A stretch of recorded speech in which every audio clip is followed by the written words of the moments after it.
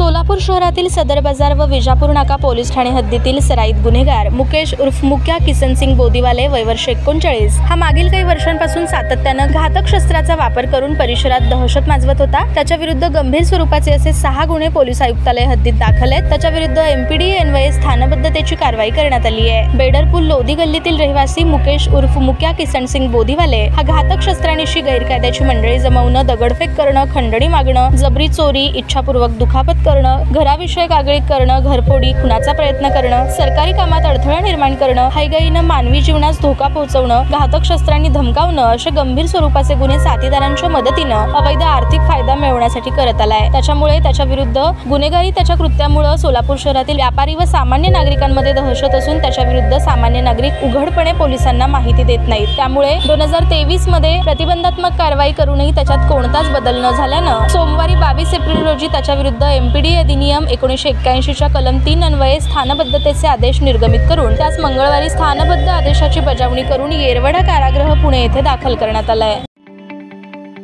ताज्या बातम्या पाहण्यासाठी प्राईम महाराष्ट्र न्यूज चॅनलला सबस्क्राइब करा।